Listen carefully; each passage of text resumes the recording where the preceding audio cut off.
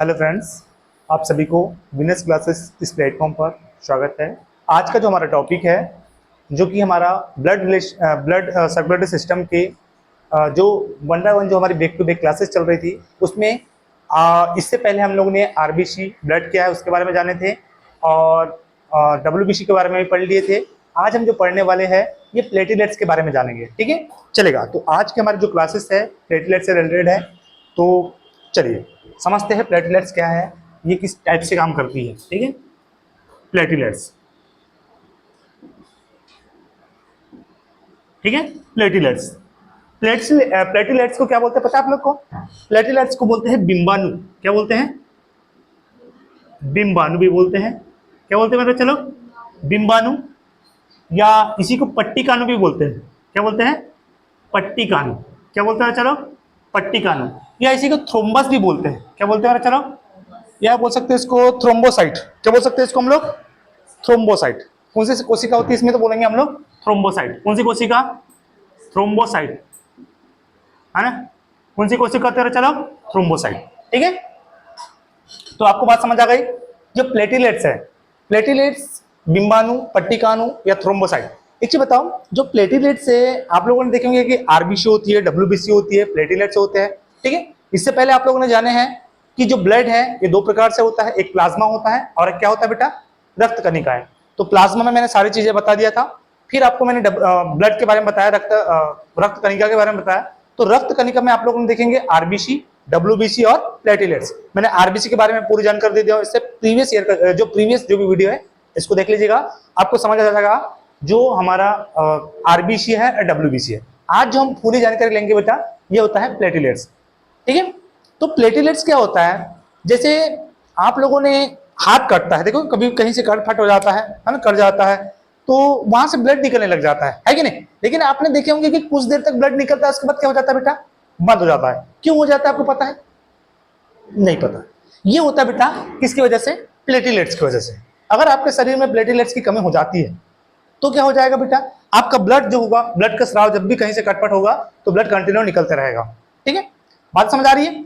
लेकिन यदि अब कभी कभी क्या होता है, ये ब्लड हमारे शरीर के अंदर भी जमने लग जाता है, तो इसको रोकने के लिए भी हमारे पास कुछ इसके अंदर में कुछ प्रोटीन्स है या कुछ मिनरल्स है। ठीक है, अब शरीर के बाहर जमना भी चाहिए और जो शरीर के अंदर जमना नहीं भी चाहिए। बस समझ रहे हो कि नहीं? यदि शरीर के अंदर जम जाएगा तो क्या होगा? यदि शरीर के अंदर जम जाएगा बेटा तो क्या होगा? जो नस रहेगी, है ना, नस को फाड़ के निकल जाएगा ब्लड। क्यों? आप बोलते हैं नस फट गई, बोलते कभी सुनेंगे आप लोगों ने? क्यों? नस फट गई का मतलब ये होता है बेटा, जो हमारा जो ब्लड की, देखो हमारा जो ब्लड का प्रेशर रहता है 120 से 80 का रहता है, मतलब वो उतने प्रेशर से ढकेलेगा और खींचेगा, है ना? ये हार्ट उसको पंप करता है उतना प्रेशर के साथ। तो क्या होता है, जो नस रहती है, यदि नस हमारी पतली पतली नस है और वहां पर यदि कोई चीज आड़ा हो जाएगा या कोई चीज रोक देगा ब्लड को, या क्लॉट कर देगा या फिर कुछ उसको ब्लॉक कर देगा, तो ब्लड उसको प्रेशर के साथ क्या करने का? तोड़ने का काम करेगा, है कि नहीं? तो नस क्या हो जाती है? फट जाती है। अब बोलेंगे सर जी ये जनरली कहाँ होती है? हमारी ब्रेन में। कहाँ होती है? ब्रेन में। अब ब्रेन क्या होता है हमारे पास? बोलते हैं ना कि आप हेलमेट पहनो, हेलमेट पहनो। हेलमेट पहनने का मतलब क्या होता है बेटा? सरकार खुद चाहती है कि आप लोग सेफ रहे, क्योंकि जीवन जीने का अधिकार सबके पास है। और जीवन आप अपने से कभी नष्ट कर सकते हो क्या? नहीं। आप लोग बोलते हैं ना सुसाइड नहीं कर सकते, ये क्या है बेटा? आत्महत्या करना एक जुल्म है, बोलते कि नहीं? क्योंकि इस पे अधिकार किसका है? सरकार का, है कि नहीं? इसलिए आपको सरकार हेलमेट पहनाती है। सबसे पहले क्या कराती है? हेलमेट पहनाती है। और जब हेलमेट पहनाती है ना, तो आप नहीं पहनते हो तो उनका एक अधिकार है कि आपको जिंदा रखना है कैसे भी करके। अब तुम हेलमेट नहीं पहनोगे तो उनका अधिकार का हनन होगा कि नहीं? इसलिए आपसे पैसे लिया जाता है ना? पैसे लिया जाता है या फिर उससे हमारे कुछ क्या बोलते हैं उसको, चालान काटते हैं। क्यों? क्योंकि आपने जीवन जीने का अधिकार, आप अपने आप को सेफ नहीं करते। क्यों? अब ये हेलमेट ही क्यों बोलते हैं? क्योंकि बेटा हमारा जो संपूर्ण शरीर है, इसमें जो मैक्सिमम जो हमारे जो शरीर बना है ये कोई ना कोई सेल से बना होगा, सही है? अब सेल से बना है तो सेल क्या होती है बेटा? अगर हमारे कहीं भी शरीर की अगर सेल कटफट हो गई है तो दोबारा से बन जाएगी, अपने आप को रिपेयर कर लेगी। लेकिन जो हमारी ब्रेन की जो कोशिका होती है बेटा, ये रिपेयर अपने आप को नहीं कर पाती है। यदि ब्रेन की रिपेयर नहीं कर पाएगी तो जहां पर ब्लड में क्या हो जाता है? क्लॉट। देखो कैंसर, और आपने सुने होंगे क्लॉटिंग, मतलब एक सुने होंगे आप लोगों ने ब्रेन ट्यूमर हो गया बोलते होंगे ना, ट्यूमर सुने हो, और एक सुने होंगे कैंसर। कैंसर क्या होता है, जो हमारे शरीर में किसी भी इंटरनली पार्ट में यदि अनियंत्रित रूप से यदि कोई भी कोशिका कंटिन्यू बढ़ रही है तो क्या हो जाता है, कैंसर। सही है। लेकिन शरीर में अब इधर वाला जो निचले पार्ट है ब्रेन को छोड़कर, इधर वाले पार्ट में कोशिका रिपेयर होगी, मतलब कोशिका दोबारा से डिवाइड होगी, कोशिका विभाजन होगा तो बनेगा। लेकिन यदि हमारे जो ब्रेन वाले पार्ट में, कहां पर, ब्रेन वाले पार्ट में, क्या बेटा, जब वहां पर कोशिका का डिवीजन सबसे कम होता है तो वहां पर ये कैंसर वाली जो भी है ये आपको देखने नहीं मिलेगा। कैंसर जैसी बीमारी ज्यादातर ब्रेन में आपको देखने को नहीं मिलेगा। लेकिन यहाँ पर एक चीज देखने को मिलती है जिसका नाम है ट्यूमर या क्लॉटिंग, या बोलते हैं ना ब्रह्मांड फट गया, बोलते सुने होंगे आप लोग। अरे ब्रह्मांड नहीं फटा, ब्रह्मांड का मतलब ये होता है कि कुछ जो नसें हैं वो क्या हो गई बेटा, फट गई। क्योंकि जो नसें एकदम, न्यूरॉन जो एकदम होता है ना, बहुत बारीक बारीक नसें होती है कि नहीं। अब वो नस में यदि क्लॉट हो जाएगा ब्लड का थोड़ा सा भी, तो उसको क्या करेगा, प्रेशर के साथ ढकेलने का काम करता है कौन है, हार्ट। जब ढकेलेगा तो क्या कर लेगा, उसको फाड़ देगा, है ना। तो बोलते ब्रेन की नस फट गई बोलते हैं। समझ रहे हो मेरी बातों को। तो ये चीज होता है। तो इसलिए आप अगर हेलमेट पहना दिए तो इधर कहीं डैमेज होने का है क्या, नहीं। 1 इंच रहती है बेटा, ये जो हमारी खोपड़ी रहती है ना 1 इंच रहती है, उसके नीचे भी 3 प्रकार की लेयर होती है, झिल्ली होती है ना, पियामीटर, एरेक्नाइड, डायमीटर, इस टाइप से होती है बेटा, है ना। फिर वहां पर एक मेनिंजाइटिस एक झिल्ली होती है, उससे एक बीमारी भी होती है ना। तो वो झिल्ली बहुत कवरिंग करके रखती है ब्रेन को, बहुत सारी लेयर के। लेकिन उससे भी अगर ज्यादा ही जोर से मार दोगे तो क्या हो जाती है, नसें फट जाती है, या नस में लग जाता है। तो नस लग जाएगा तो वहां से ब्लड का सर्कुलेशन सिस्टम रुक जाएगा। तो वो किस कारण से होगा, इंटरनली पार्ट में क्या हो जाता है बेटा, क्लॉटिंग हो जाती है। तो वही क्लॉटिंग, देखो आप लोग ने एक सुने होंगे, एक रानी है, रानी विक्टोरिया, जो यहाँ की तुम्हारे इंग्लैंड की है ना, उसको एक डिसेस थी, है ना। वो जो डिसेस है बेटा, उसमें भी क्या होता है, जो ब्लड एक बार अगर कहीं से निकलने लग गया तो बार बार निकलता रहता है, बार मतलब बंद नहीं होता है कि नहीं। अब क्यों होता है, क्या होता है, इसके बारे में हम पूरी जानकारी यहाँ पर लेते हैं, ठीक है।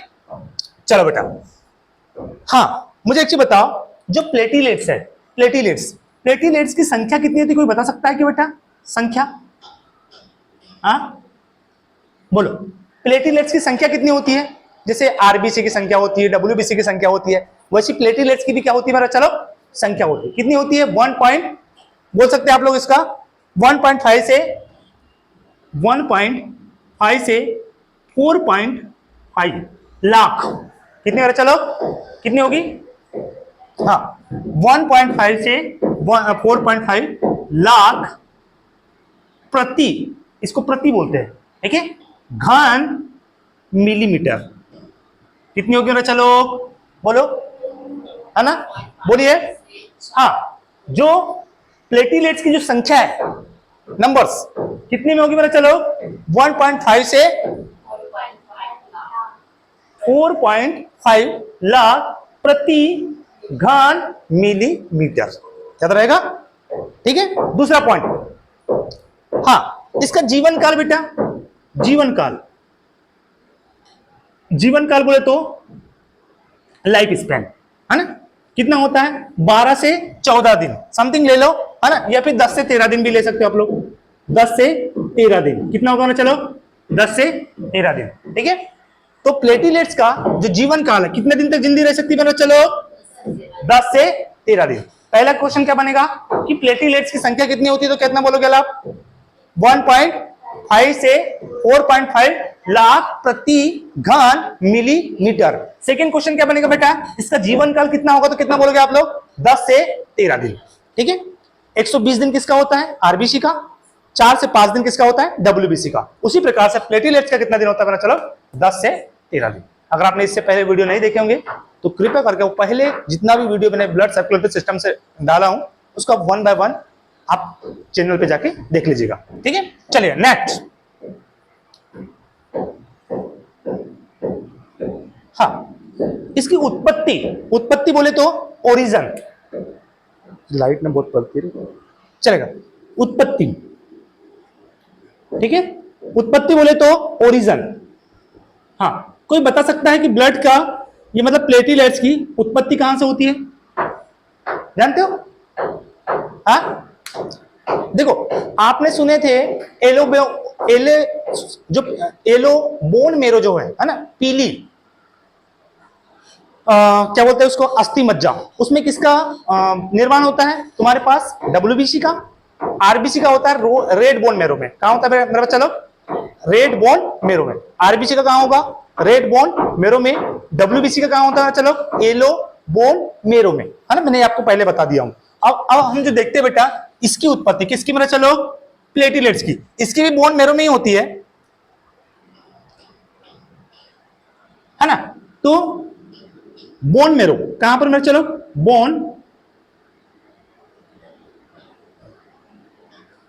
बोन मेरो की कैरियोसाइट,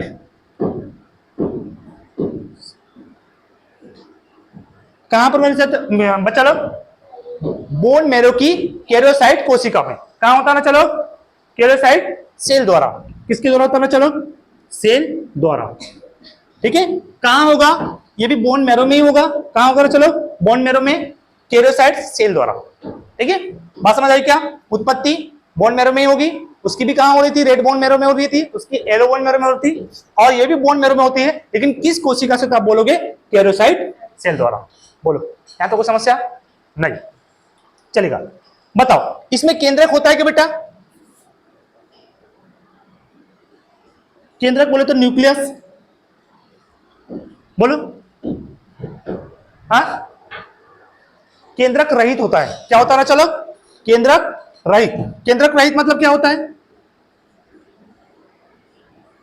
इसमें केंद्रक होगा, इसमें केंद्रक होगा, रहित मतलब, और जिसमें नहीं है तो उसको बोलते हैं हम लोग, क्या बोलते हैं उसको, मतलब जिसमें केंद्रक है, केंद्रक रहित मतलब केंद्रक है इसमें, और जिसमें नहीं रहता उसको बोलते हैं केंद्रक नहीं है ना, ये केंद्रक लेस बोलते हैं। केंद्रक का मतलब समझते हैं आप लोग, हाँ? अरे केंद्रक मतलब समझते हो क्या, नहीं समझते हो, चलो समझाता हूं। केंद्रक रहित होता है, ठीक है, केंद्रक रहित। केंद्रक का मतलब क्या होता है, देखो ये मैंने एक कोशिका बनाया हूं, क्या बनाया हूं, ये कोशिका, है ना।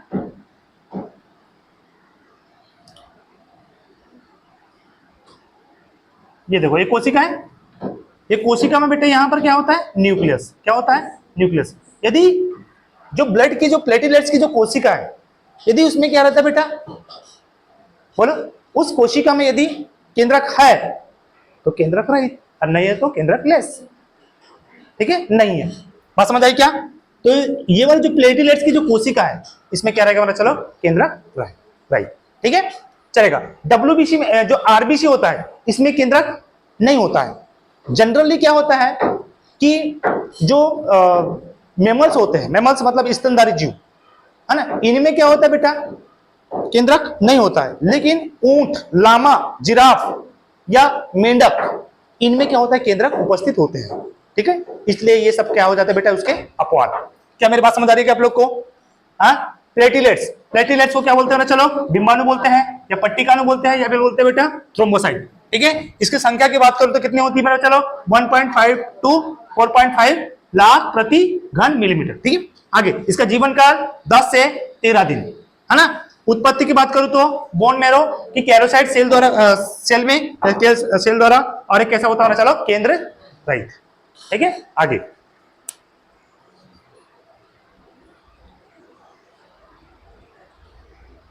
हाँ, अब देखो बेटा, एक और बताता हूं, यहां पर एक और आ जाएगा इसमें।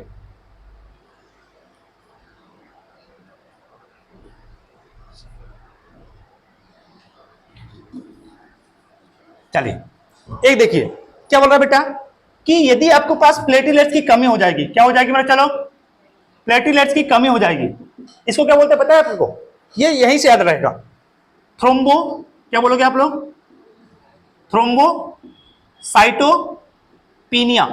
क्या बोलोगे ना चलो, है ना, थ्रोम्बोसाइटोपिनिया बोलोगे। यदि हमारे पास किसकी कमी हो जाएगी मेरा, चलो हाँ, प्लेटलेट्स की कमी को क्या बोलते हैं, थ्रोम्बोसाइटोपिनिया।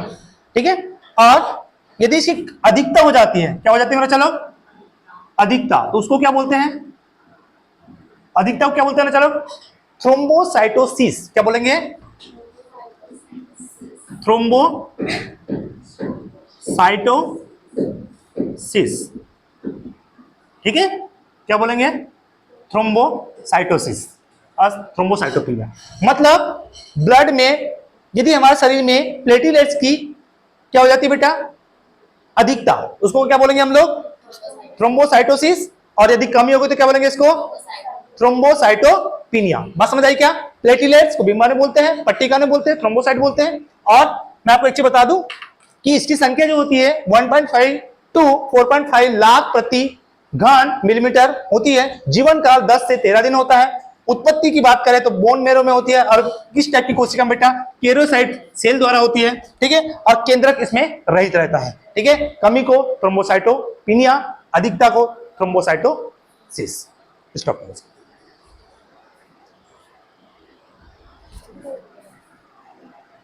चलिए चलिए अब आगे बढ़ते बेटा। यहां तक आपको बातें समझ आ गई होगी प्लेटलेट्स के बारे में। मैं और जानकर देता हूं इसमें।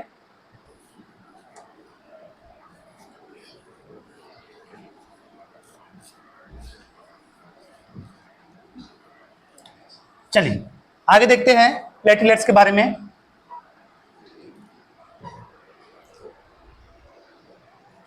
हाँ बेटे, ये काम क्या करता है, काम करता है रुधिर का थक्का जमाना, है ना।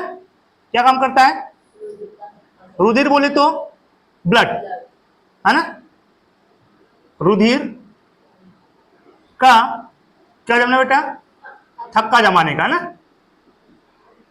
थक्का जमना। ये क्या होता है पता है आप लोग को, रुधिर का थक्का जमना मतलब, ये फाइब्रिनोजन, है ना, एक प्रकार से जाल होता है। क्या होता है ना, ये फाइब्रिनोजन प्रोटीन का एक प्रकार से क्या होता है, चलो जाल, ठीक है। क्या बोलेंगे इसको, ये जो रुधिर का जो थक्का जमता है, मतलब कि देखो जैसे आप लोग ने जैसे कटा तो वहां से क्या निकलेगा, ब्लड। ब्लड जैसे निकलता है ना, पता है थोड़ी देर निकलेगा, 2 से 3 मिनट तक निकलता है। उसके एग्जैक्ट डेट, एग्जैक्ट जो ड्यूरेशन है, उसका टाइम ड्यूरेशन है, वो 2 से 3 मिनट में ही वो क्या हो जाता है, बंद हो जाता है। क्यों? क्योंकि बेटा वहां पर ये जो रुधिर का जो थक्का जमता है, एक्चुअल में ये क्या पता है आप लोग को, हाँ, रुधिर का थक्का मतलब क्या पता है आप लोग को? अरे चल क्यों नहीं रही रे,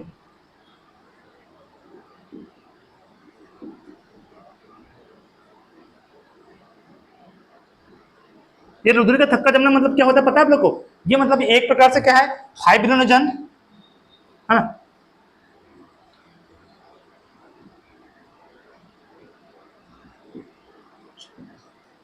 फाइब्रिनोजन प्रोटीन का क्या होता है बेटा, जाल होता है। क्या होता है, प्रोटीन का जाल, ठीक है।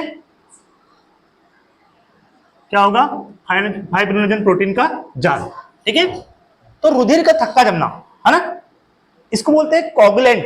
क्या बोलते हैं इसको, कोगुलेंट, है ना, इंग्लिश में इसको बोलते हैं कोगुलेंट। कोगुलेंट मतलब होता है स्कंदन भी बोलते हैं इसको, या रक्त को जमना क्या बोलते हैं बेटा, स्कंदन। क्या बोलते हैं इसको हम लोग, स्कंदन भी बोलते हैं, या इसको बोलते हैं कोगुलेंट। क्या बोलते हैं, कोगुलेंट, है ना, ठीक है, कोगुलेंट भी बोलते हैं।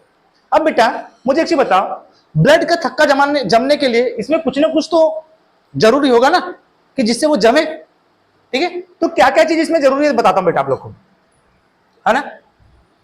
क्या क्या चीज जरूरी है देख लें। सबसे पहले कैल्शियम जरूरी रहता है, ठीक है।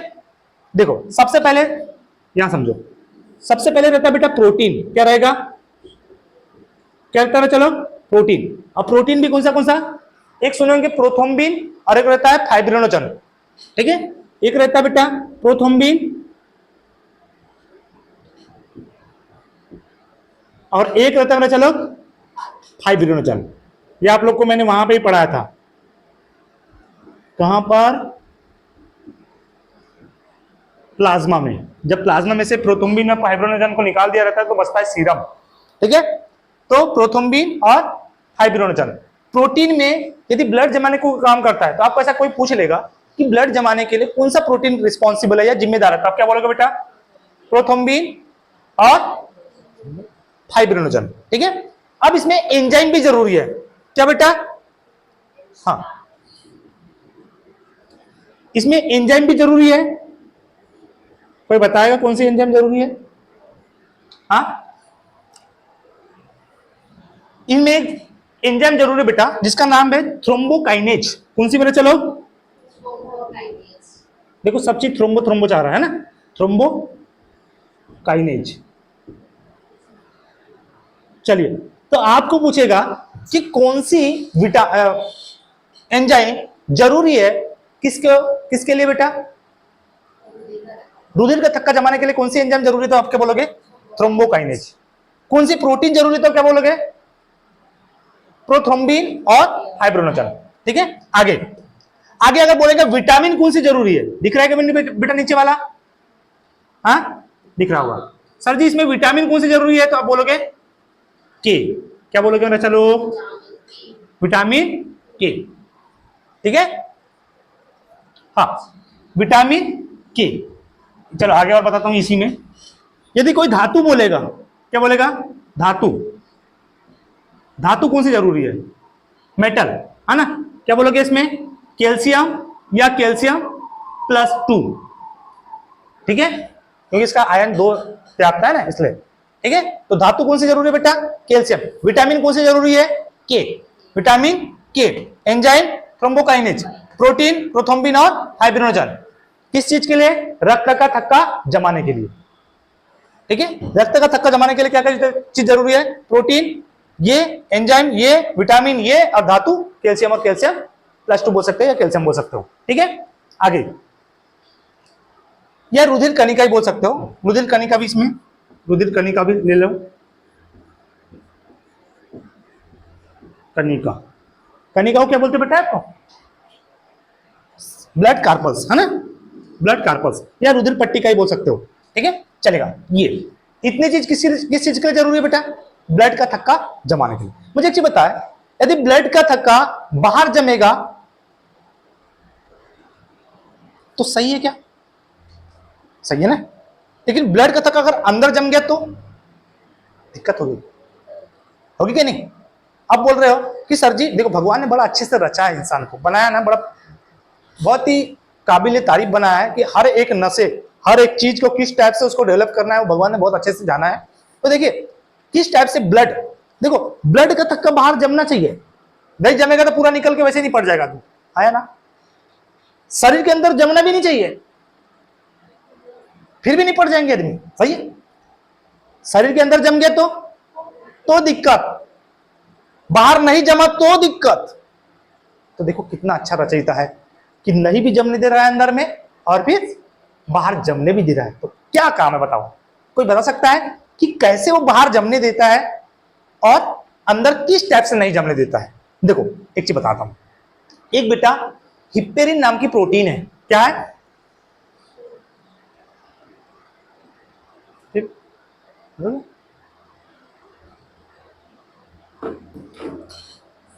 ठीक है, देखिए एक बेटा हिप्पेरिन, क्या है हमारे पास? हिप्पेरिन।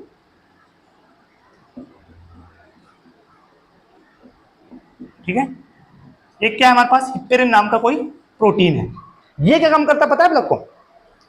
ये शरीर के अंदर मतलब ब्लड के साथ में रहता है। कहां रहता है? चलो ब्लड के साथ में, ध्यान समझो, ब्लड के साथ में रहता है। मतलब ये भी, ये सब रहते हैं एक साथ में और ये भी रहता है। हाँ, ये यहाँ का चौधरी है, क्या मान लो इसको? हाँ, यहाँ का ये चौधरी है। चौधरी का काम क्या रहता है? ऐसा नहीं वैसा, वैसा नहीं ऐसा, है कि नहीं? यहाँ ऐसा नहीं कर सकते आप, वहां ऐसा नहीं कर सकते। अब देखो जैसे ये पूरे ब्लड एक साथ बहेंगे तो ये तो काम करेगा बेटा जमाने का, है ना? लेकिन ये हिप्पेरिन क्या काम करता है पता है? इनके साथ बहता है, अंदर जमने का नहीं, है ना? क्या बोलता है? अंदर जमने का नहीं। अंदर जमा तो भाई अच्छी बात नहीं होगी, है ना? कौन बोलता है ऐसा? हिप्पेरिन, है ना? देखो कितना काम की चीज है ये बोलता है भाई साहब ठीक है तुमको जहां जमना है जम जाओ, लेकिन मेरे घर के अंदर में नहीं। बोलते ना कोई पी पा के आते जरा शराब पी के, देख बाहर से तो जैसा करना वैसा कर ले, लेकिन घर में बिल्कुल शांत, है ना? तो हिप्पेरिन वैसे ही बोलता है भाई साहब कि तुमको जहां घूमना है वहां घूम लो, लेकिन घर में जमने का नहीं, घर में डाका डालने का नहीं, समझेगा नहीं? तुम बाहर जितना डाका डालना है डाल, घर में डाका डालोगे क्या? नहीं। ऐसा कौन बोलता है बेटा? हिप्पेरिन, है ना? तो ये सावधानी से भाई साहब अपना अपना काम करते हैं, है ना? अपना अपना काम, ब्लड के साथ सब चीज रहेंगे, घूमेंगे फिरेंगे, ऐश करेंगे और क्या बोलते हैं, लेकिन सब बाहर, घर के अंदर नहीं। लेकिन जैसे ही बाहर निकल जाते हैं, कहां से? शरीर से जैसे ही बाहर निकले, हमारे ब्लड से जैसे ही बाहर निकले, मतलब हमारा जहां से भी कटा है पट से जाएगा बेटा 2 से 3 मिनट में। कितने मिनट में? 2 से 3 मिनट में, है ना, 2 से 3 मिनट में प्लॉट कर देता है। क्या कर देता है? प्लॉट कर देता है, मतलब जमा देता है। कहां पर? शरीर के बाहर। अंदर जमाएगा क्या? अंदर जमाने के लिए रोकता कौन है? रोकता है भाई साहब हिप्पेरिन। कौन रोकता है? हिप्पेरिन। ठीक है। लेकिन सर जी अब बताओ कि हिप्पेरिन भी तो उसके साथ बाहर निकलता होगा ना, निकलता है कि नहीं, पर बताओ। तो बोलेगा सर जी ये क्यों वहां बाहर जमने फिर कैसे देता है? बेटा इसकी भी एक कमजोरी है। देखो हर एक व्यक्ति की हर ना कोई कमजोरी होती है कि नहीं? तो हिप्पेरिन की भी एक कमजोरी है। क्या? जैसे ये ऑक्सीजन के संपर्क में आता है, कहां आता है? चलो, ऑक्सीजन के संपर्क में जैसा आता है हिप्पेरिन खत्म।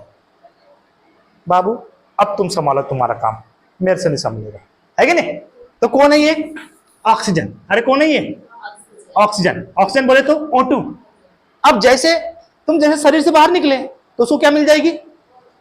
अरे हमारे वातावरण में क्या है? ऑक्सीजन है। अब ऑक्सीजन के संपर्क में जैसा आया हिप्पेरिन गया बेटा, हिप्पेरिन गया। अब बचा कौन? अब हिप्पेरिन ही नहीं बचा, तो यही फिर से क्या बचा कर देगा बेटा? ब्लड का क्लॉट। समझ आई मेरी बातें?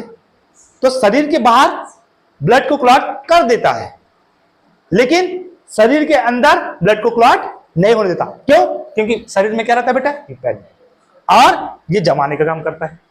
फिर आपने कभी कभी देखे होंगे जो डॉक्टर रहते हैं पहले इंजेक्शन डालते हैं ताकत से, फिर ऐसा हल्का सा उसको ढकलता है, थोड़ा सा पानी निकालता है उसका। तुमको लगता है कि पानी दवाई निकाल के देख रहा है, नहीं। उसमें देखना बेटा इतने में अपन कभी भी बचपन में भी देखते थे इंजेक्शन में इतना भाग खाली, अपन जब पानी भरते खींचते थे जोर से, पहले हवा आ जाती थी, उतना हवा ने भर लिया, इसके बाद इतना जो बचता है पानी बचता था, है कि नहीं? तो डॉक्टर लोग क्या करते हैं? उसको ढकेलते हैं, तो यहाँ की हवा बाहर, हल्का पानी बाहर, जो उसमें गैस में जो मतलब उस बुलबुला जो बना है उसमें ऑक्सीजन का। अब बेटा अब जैसे कोई कोई डॉक्टर में उतनी अकल नहीं रहती, वो आता है पटाख से, लो भाई साहब, है ना, जैसे किए, तो क्या हो जाता है? वहां पे हाथ फूल जाता है। क्या हो जाता है? हाथ फूल जाता है। और फिर हाथ फूलने के बाद क्या हो जाता है? दर्द हो जाता है। क्या हो जाता है? दर्द। क्यों होता है बेटा? क्योंकि उसमें क्या थी? ऑक्सीजन। क्या थी? ऑक्सीजन। जैसे ही डाले ऑक्सीजन में, जैसे ही आया, कौन मर गई? अब ये जहां के वहां जमा देते हैं। लो भाई साहब अब गया तू, अब जमाने दो। जमा देता है भाई, फिर दर्द होता है, फिर उसको हाथ पर सेक सेक के दूसरी कोशिका जिंदी करते, वहां पर फिर से हिप्पेरिन आता है, हिप्पेरिन आ जाता है। बात समझ आई? हाँ भाई, क्या इसलिए पहले डॉक्टर क्या करते हैं? उसको इंजेक्शन को बाहर निकाल के देखते हैं पानी को। बात समझ आई क्या? ये कारण है बेटा। तो ब्लड क्लॉटिंग से रोकने का काम कौन करता है? हिप्पेरिन। ब्लड क्लॉटिंग करने का काम करता है ये, इसी को बोलते हैं स्कंदन या कोगुलेंट, और इसको बोलते हैं बेटा एंटी कोगुलेंट। क्या बोलेंगे इसको हम लोग? एंटी कोगुलेंट, मतलब ब्लड नहीं जमाने देगा। ठीक है?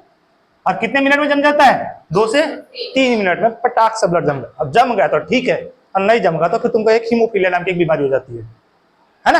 वो ब्लड निकलता रहेगा निकलता रहेगा निकलता रहेगा, निपट जाएगा वो आदमी। ठीक है, चलेगा।